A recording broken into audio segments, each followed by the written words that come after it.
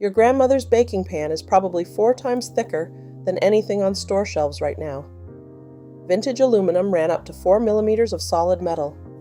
Most modern pans barely clear 1 millimeter. That difference creates a 30-degree temperature gap across the baking surface, which is exactly why your edges burn while your centers stay raw. It was never your technique. It was 3 quiet engineering changes. The bakeware industry hoped you'd never notice. The word gauge, stamped on a baking pan, isn't just a technical label. It is a direct measure of how much metal stands between your batter and the oven's heat. In the world of aluminum bakeware, gauge works in reverse. The lower the number, the thicker and sturdier the metal. A 10-gauge pan means about 3.6 millimeters of solid aluminum. Step up to a 14-gauge, and you're still holding 2 millimeters. But a 22-gauge pan, which is common in big box stores today, shrinks that to less than a single millimeter, about the thickness of a dime. To put those numbers in perspective, a 12-gauge vintage pan is roughly 4 times thicker than a 24-gauge modern pan. This is not a subtle difference.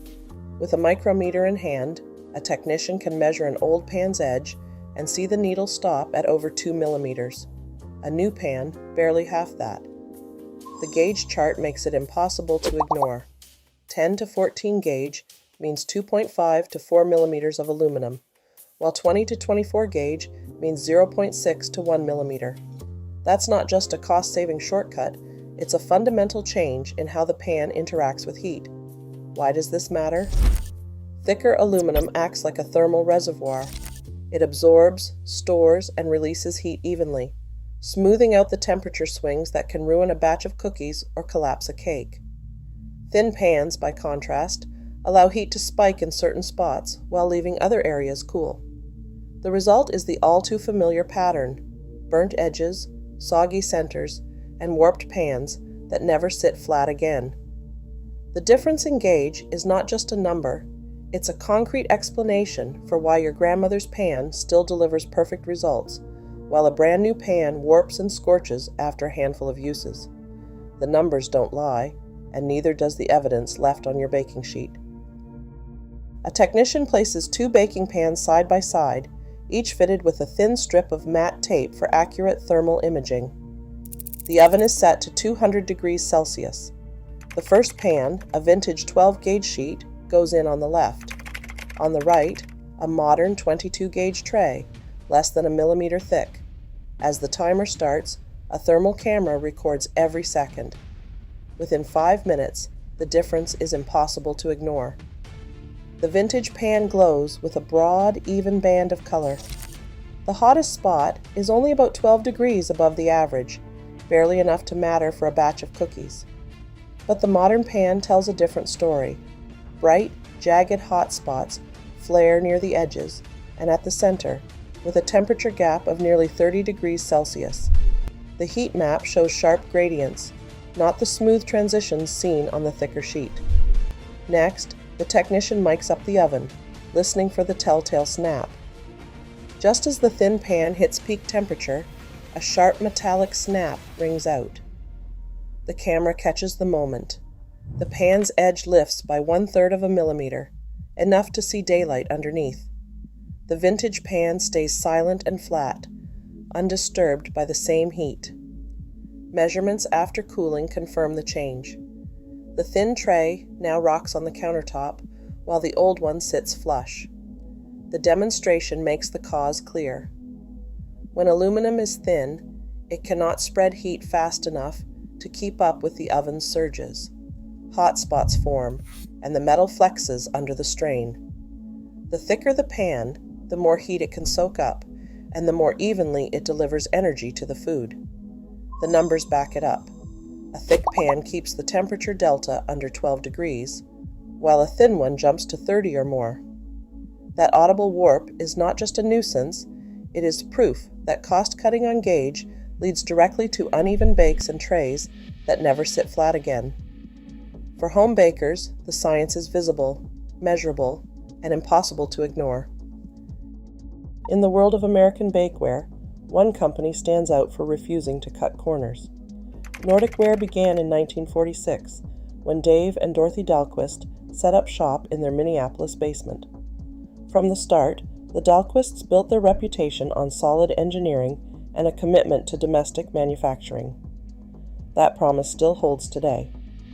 But it was their son, H. David Dahlquist, who changed the course of home baking forever in 1950. At the request of a local Hadassah group, he created the first aluminum Bundt pan, reimagining a heavy European mold for American kitchens. The Bundt's fluted shape and central tube were not just for show. They delivered even heat and a dramatic finish that home bakers had never seen before. The real breakthrough came in 1966, when a tunnel of fudge cake recipe took second place at the Pillsbury Bake Off. The recipe's popularity sparked a nationwide craze. Nordic Ware ramped up production, and the Bundt pan became a fixture in millions of kitchens. But the company's technical edge goes beyond iconic shapes. Nordic Ware's Modern Naturals line relies on a reinforced rim, an encapsulated galvanized steel wire sealed inside the aluminum edge. This detail is easy to overlook, but it is the reason these pans resist warping, even after years of high heat roasting and heavy use. The reinforced rim acts as a backbone, holding the pan flat and strong, while cheaper folded edges flex and fail. For anyone searching for lasting quality, Nordic Ware proves that good design and solid materials still have a place in the American kitchen. Manufacturers did not stop at thinning out the metal. As costs kept rising, a second wave of changes swept through the bakeware aisle, this time with a focus on surface coatings and visual appeal. By the late 1990s, dark nonstick finishes became the new standard. These coatings promised easy cleanup and a sleek look, but they altered the way pans handled heat in ways most home bakers never realized. A materials technician demonstrates the difference with a simple test.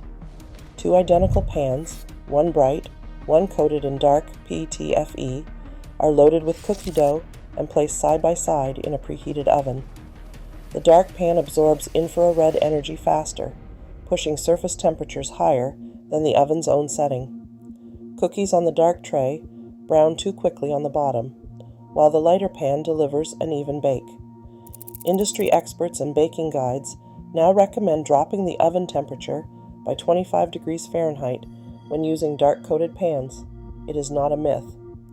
Laboratory tests confirm that dark non-stick coatings can increase heat absorption by 10 to 15%, forcing bakers to compensate or risk burnt edges and dry cakes.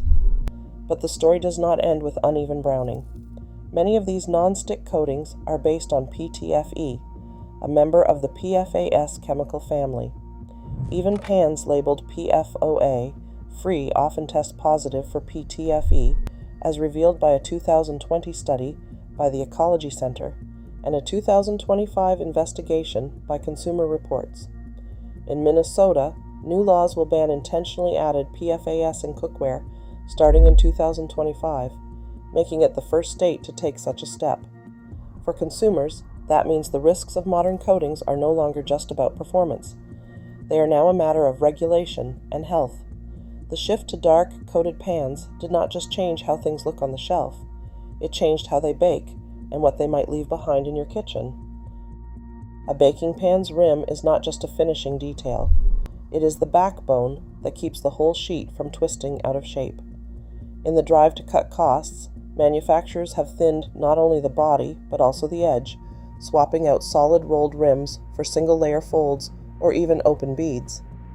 This shortcut leaves pans especially vulnerable to warping. The symptoms are familiar: a tray that rocks on the counter, corners that lift in the oven, and cookies that slide to one side. But you do not need a lab to spot the problem. 3 simple tests reveal the truth at home or at a thrift store. First, press your thumb firmly at the center of a cool pan. If the metal flexes more than 3 millimeters, about 1/8 of an inch, the rim is too weak. Next, preheat the empty pan to 200 degrees Fahrenheit for 10 minutes, then set it upside down on a flat surface. A pan that stays flat passes. One that wobbles fails. Finally, give a gentle tap to the rim. Hollow, tinny sounds often mean thin, folded metal. while a duller ring suggests a stronger, reinforced edge. For buyers who want lasting value, 4 options stand out. Vintage heavy-gauge aluminum pans from the 1950s through 1970s, often found at estate sales, deliver unmatched durability. Look for rolled or double-thick rims.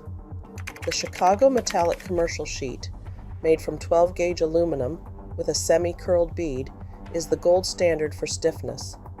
Nordic Ware's Naturals half sheet, with its encapsulated galvanized steel rim, combines modern convenience with real anti-warping muscle. And for those who prefer non-aluminum, USA Pan's aluminized steel sheets offer a reinforced edge and a ceramic non-stick surface free of PFAS. With these choices and a quick home test, bakers can sidestep the pitfalls of cheap construction and put the blame where it belongs, on the pan, not the person. Today, most baking pans are engineered for profit, not performance. If your cookies burn and cakes collapse, the fault lies with cost cutting, not your skill. Choosing thicker, well-built pans is not nostalgia, it is science. For real results, demand better metal.